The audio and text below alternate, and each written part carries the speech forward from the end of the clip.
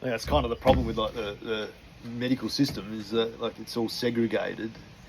You go, you know, you're just an individual, and you got to go see the doctor and the podiatrist and all these different people, and then you feel like you've got these very special individual circumstances instead of just looking at the big picture, your posture. Yeah, that it's complex.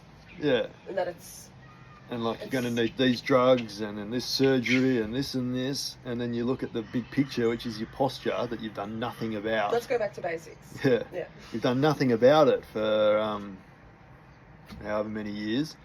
You're going through like sedentary life, pregnancy, maybe a bit of trauma, and then you like do a repetitive job with bad movement patterns and muscle memory. And then then a disc starts to bulge or herniate, and then you're like, oh, I can't do anything now, I have to completely rest. And doctors and physios will cover their ass and say, don't do anything. Yep. Instead of and then you're on the pharmaceutical drugs. Yeah. Start putting on weight. Yeah. It gets worse. So yeah. Sorry. No, you're right. The drugs, and the weight comes on, and that's exacerbates it. Yeah, and people are in denial. I think there's a lot to do with eating habits. But you feel kind of helpless if you can't exercise. What's the point? Yeah. But it is mostly your eating habits, and that's the key. If you can maintain good eating habits through your inactivity, then you stay in shape. You just simply don't consume the calories that you're not using, and eat your protein. Then you can stay in shape, and then you're only exercising or training. You can train all the other parts of your body. That's what the gym is for. When people say, I can't, I had to stop the gym because I got injured. That's what the gym is for. You can sit there, you can train your upper body, your lower body. You get traction from doing pull downs and things, and hamstring curls and whatnot. So do it in a way that manages and even prevents or addresses your injury, improve that posture, address the root cause. And because you got to use it or you lose it. Yeah, I like when people say use it or lose it when they go walking, and you're like, well, why? Well, for my mobility. Well, your legs are moving like this far, and your hips are designed to move, and it's like 360 degree, so it's not using or losing your. So walking's not enough. Well, it's not using walking. It's not going through your whole range of motion. It's barely. Sure, if you've got bad fitness like I do, bad cardio, I get a little bit puffed out walking up a hill, so you get that. But like strength training, you do a set of squats, how does your heart rate feel? It's through the roof. So your cardiovascular system works to do strength training as well. But then you actually, and people say, oh, I've got to walk to stay strong. But it's like, barely. You see so many, you see so many people, women, as they're getting older, they're little like wobbly knock knees, squeezing together to bend over. They've got to squeeze their knees together, they overarch through their lower back. Yeah. And so they lose this hip strength. Yeah. And so instead of like doing something productive, functional for their balance and their hip strength and maintaining their independence, they just shuffle down the road a little bit. And then you're like... With the problem without addressing the... Yeah, and everyone's told like 10,000 steps is like the bare minimum. And then what about these poor people that like it's so reinforced that you need to do 10,000 steps, and then that causes them pain, and you talk to people like, oh, I can help you with some exercise, but well, if I can't walk, how can I exercise? But there are like walking pain-free is the goal. Yeah. And you can regress and start working on some small foundational things to be able to walk pain-free, to build that up. You need like core strength. It's not about crunches and sit-ups that make people just kind of make it out to be, because doctors and physios used to say, do sit-ups and crunches, it's going to help your back. Oh, it doesn't work anymore. You have to like use the finer or the internal muscles, the transverse abdominis. It's on the inside. How about we call it the core? Yeah, that's a great idea. Core. And then the fitness industry just goes, oh, okay, so ab exercise is core exercise, and started calling everything on the outside core. So it's like really confusing for people. But like core engagement, and Joseph Pilates first called it controlology, and then in yoga, it's your prana center. In Chinese, it's your hara. So all these, it's like universal. All these methodologies are breathing in and out of their core, their lower abdomen, to get that power and stability. Mm. So what do you think of Pilates? I think it's great. Great, good. But Joseph Pilates didn't have a Pilates certificate, right? Yeah. So the essence is control. He first called it controlology. Yeah. So yeah, it's learning to control his finer motor units, which is what I teach. Mm. But just because you have a $40,000 horizontal trampoline, it doesn't mean you need to do every exercise on it. Right? You can do stuff on the floor. It's great, but yeah, like I said, you work on those foundations. I know Ian's going to be audible over those bloody birds. But reformer Pilates makes.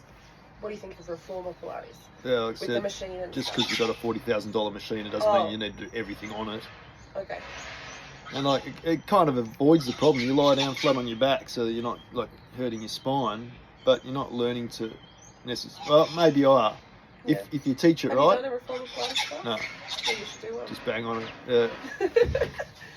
Oh well, I had a friend tell me like, I talked to my wife. She wants to get in shape, and she's at home with the baby. She's always on her phone. You know, kids there, and the kids watching TV, and she's on her phone. So she wants to get out of the house and go do something different.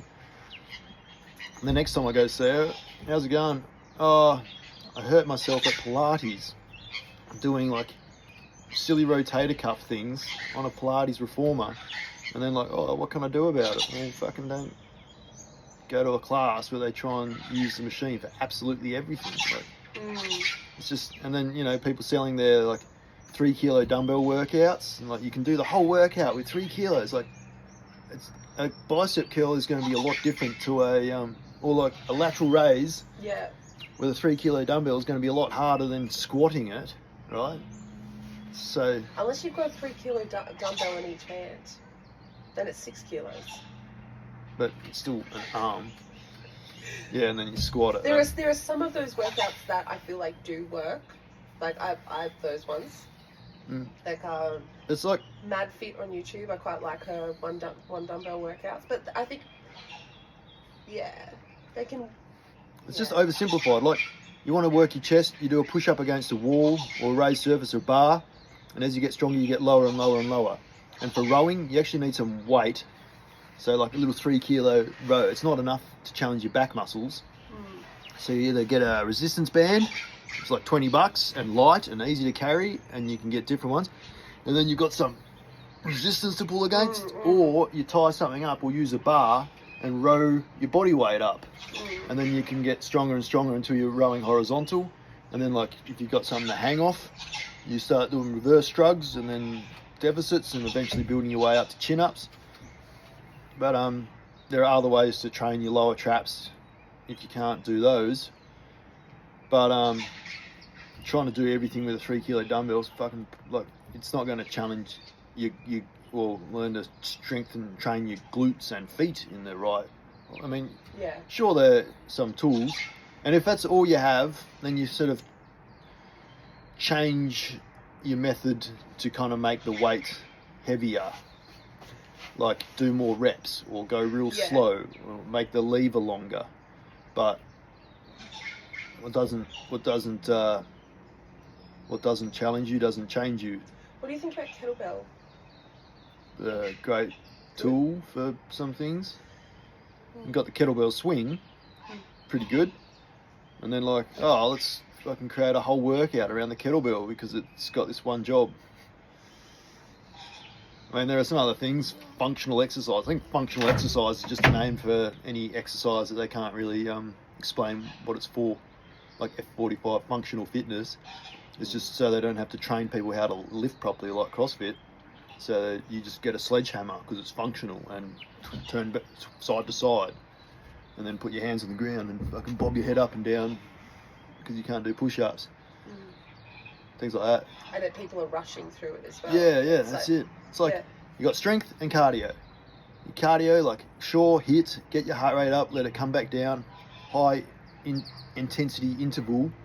But you do that like on a bike. You go for a sprint and then ease off and calm down. It's like fartlek or there's many different Tabata, any different versions of it. Get your heart rate up and bring it back down. But it doesn't mean lift weights poorly. Like do your cardio in a safe fashion, and then do proper strength training, but not mix the two. Like CrossFit sort of popularised and came about, but people were lifting weights for a decade or more, and then they want to add a little bit more, cardio aspect to it, but they still have the technique dialed. Doesn't really make sense for a beginner to be like, oh, I'm just going to start with CrossFit. And sure, CrossFit gym can coach them through stuff, but it just doesn't make a lot of sense. Like, go and learn the weightlifting component. And like fitness and motivation, just fucking get a hobby. Like, if your only sole purpose is to lose weight, it's your eating habits, so it's kind of pointless.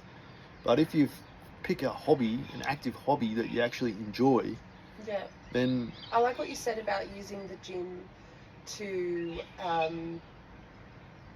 heal and repair and build the foundations, and then focus on what can you do outside, what's a hobby that you like.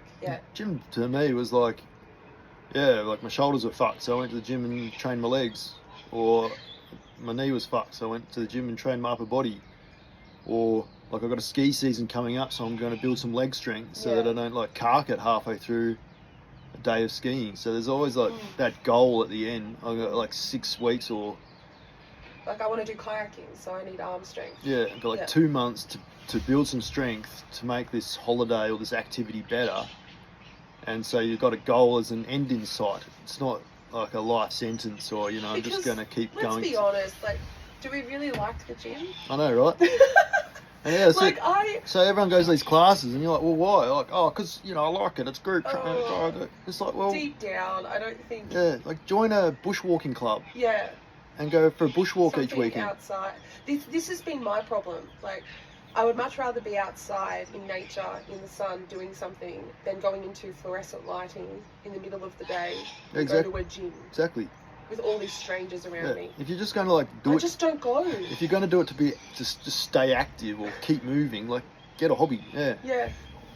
Get outside, get some the vitamin only D. time I'm happy to go to the gym is like at night time when it's dark. Yeah. Because I just go. Exactly. Yeah. It's a tool that has its spot place. And but then so you go. I mean, the way I see it, you say to someone, go hiking, go for a bushwalk. It's great for your legs and everything. You get some fresh air, climb a peak. How awesome do you feel? And they'll go, oh, but coming back down or going up, usually coming back down hurts my knees. You go, well, great, now we have a training goal. We're going to build your leg strength to keep your better knee alignment, work on your mobility so that you can bushwalk without pain. Now we actually have a goal to work towards and a problem to solve, and it's much more exciting than just like, how do I lose weight without hurting my knees? Yeah. It's how do we address make the goal more exciting as well. How do we use training to address your knee pain? And sort your eating habits out so you can lose weight at the same time. There's no toning workout or weight loss workout. It's train to build strength and muscle for your metabolism and your longevity and your insulin sensitivity and starve off cancer and all those benefits. As well as like just your mobility and quality of life. That's what the training is for. And then eating habits is how you stay in shape. Not toning weight loss workouts. Like get puffed out doing something fun, not fucking some stupid gym class. It's just risking more pain and injury because your only intention is how sweaty and puffed out you can get.